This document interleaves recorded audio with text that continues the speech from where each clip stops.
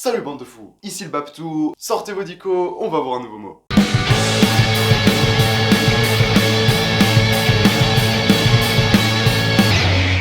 Ça y est, c'est l'épisode G et les amateurs d'échecs l'attendaient avec impatience. Ah, tu t'y connais en échecs toi? Non, mais il y a une pièce qui s'appelle Le Fou, donc c'est forcément quelque chose que j'aime bien. Ah oui, le mec, il lui en faut peu, hein. Et oui, parce qu'aux échecs, il y a la fameuse technique du Gambit, avec un T muet. Ah oui, donc rien à voir avec les X-Men. Oh là non.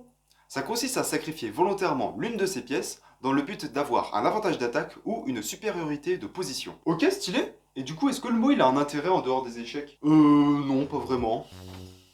Bah super. Voilà, voilà.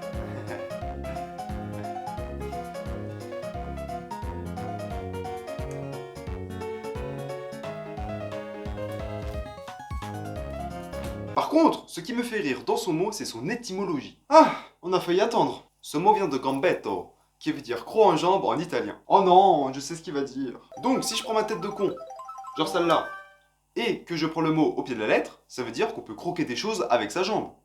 Purée, mais voilà, j'en étais sûr. Hop là, une pomme. Tu veux taper un croc? Ah bah ouais, carrément. Vas-y, fais croquer, fais croquer. Fais croquer, j'ai trop la dalle là. Vas-y, mange, mange, mange. Donne.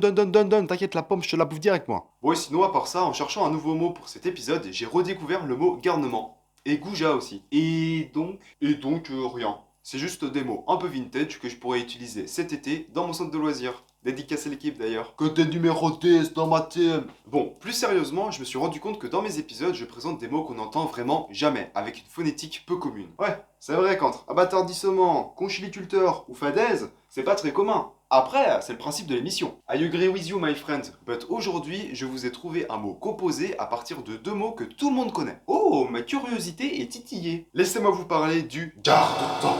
Ok, je valide le teaser. Ma prof d'analyse linguistique serait fière que je vous dise que c'est un mot exocentrique. Mec, le E c'était il y a 2 épisodes, hein. Un mot composé dit exocentrique veut dire que sa construction ne nous permet pas de savoir de quoi on parle. Comme un porte-avions, des après-ski ou un garde-temps. Dans l'autre cas, on dit que le mot est endocentrique, comme par exemple un poisson-chat, on parle bien d'un poisson. Ah oui, pendant qu'on y est, un poisson-chat, arrêtez de penser que ça ressemble à ça, ok? Un poisson-chat, c'est chat. D'accord? Une espèce de barbicha, ok? Mais alors, qu'est-ce que c'est que le garde-temps? Est-ce que c'est un quelconque rapport avec ton jeu préféré du moment? Pas du tout, du tout. Ce mot a bien un rapport avec le temps, mais c'est plutôt le mot garde qui est trompeur. C'est vrai qu'au premier écoute, on peut imaginer une espèce de créature mythologique ou d'un gardien légendaire dont le but est de défendre le temps, une espèce de Doctor Strange un peu. Il ne se lasse jamais de faire des références à Marvel celui-là, hein. Je vous ai dit que le mot est exocentrique, on ne parle donc pas de gardien à proprement parler comme Barthez ou ceux de la reine d'Angleterre. Un garde-temps, c'est une horloge de très haute précision servant de référence pour la conservation de l'heure exacte à travers le monde. En vrai, la définition claque autant que la description de la pierre du temps. Ouais, c'est trop stylé, on imagine une espèce d'horloge géante dans un bunker, dernier espoir de l'humanité si jamais toutes les montres venaient à être déréglées. Que toutes les montres du monde soient déréglées, c'est vraiment un scénario possible? Je pense pas, il y a plusieurs garde-temps sur Terre et je vois vraiment pas l'intérêt de s'en prendre à ce genre de choses. À moins que... Oui, entrez.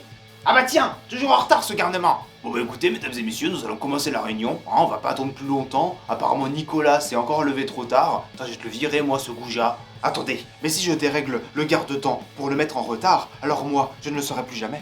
Ainsi s'achève cet épisode G. Merci beaucoup pour l'avoir regardé. N'hésite pas à t'abonner et like si ça t'a plu. N'hésite pas à partager cette vidéo et aussi à partager en commentaire des mots endocentriques ou exocentriques. Ou encore à quoi tu penses quand tu entends garde-temps. Merci encore, je vous fais plein de bisous et je vous dis à la prochaine pour l'épisode H.